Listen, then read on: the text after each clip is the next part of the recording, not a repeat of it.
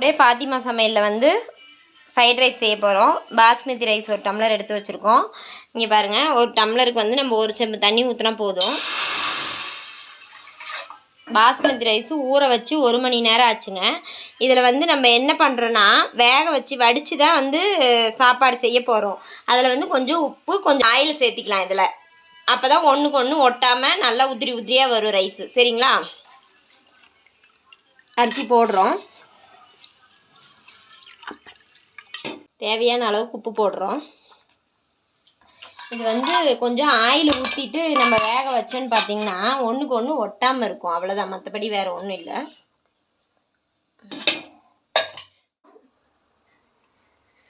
எண்ணெய் வந்து தேவையான அளவுக்கு ஊற்றிக்கலாம்.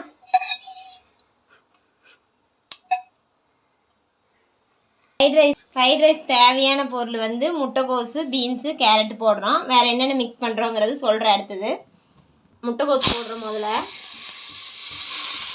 அடுத்தது கேரட்டு, பீன்ஸு 3ஐயும் அறுத்து கழுவி வச்சுருக்கோம். அது 3ஐயும் போடுறோம்.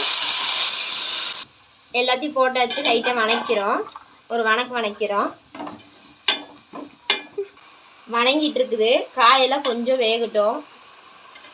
எல்லாம் பாருங்கள், ஒரு 10 நிமிஷம் மூடி மட்டும் தான் போட்டு வச்சு தண்ணியெலாம் ஊற்றல. அந்த காயில் இருக்க தண்ணியிலே வெந்துருச்சு. தக்காளி சாஸ் கொஞ்சம் போட்டுக்கணும். சோயா சாஸ் கொஞ்சம் போட்டுக்கணும். நல்லா வணக்கலாம். 2 சாஸ் ஊற்றியாச்சு. இப்போ வந்து தேவையான அளவுக்கு அப்படியே அரிசியிலே உப்பு போட்டாச்சு. இப்போ இந்த காய்க்கு உப்பு போடுறோம்.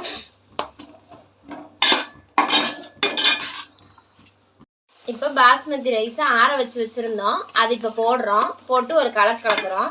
பெப்பர் போட்டு உப்பு போட்டு வறுத்து வச்சுருக்கேன். அதை இதில் போட்டு கலக்கிட்டு ஆஃப் பண்ணிடலாம். இங்கே பாருங்கள், முட்டை போடாமே செய்யலாம். முட்டை போட்டு செஞ்சால் அது ஒரு டேஸ்ட்டு. இதிலே சிக்கன் போட்டு செய்யலாம், நல்லாயிருக்கும். சரிங்களா? அவ்வளோதாங்க, ஃப்ரைட் ரைஸ் ரெடி ஆயிடுச்சுங்க. பாருங்கள், வாங்க சாப்பிட்லாம். எங்கள் சேனலுக்கு லைக் போடுங்க, சப்ஸ்கிரைப் பண்ணுங்கள், பெல் பட்டன் கிளிக் பண்ணுங்கள். தேங்க்யூ ஃபார் வாட்சிங்.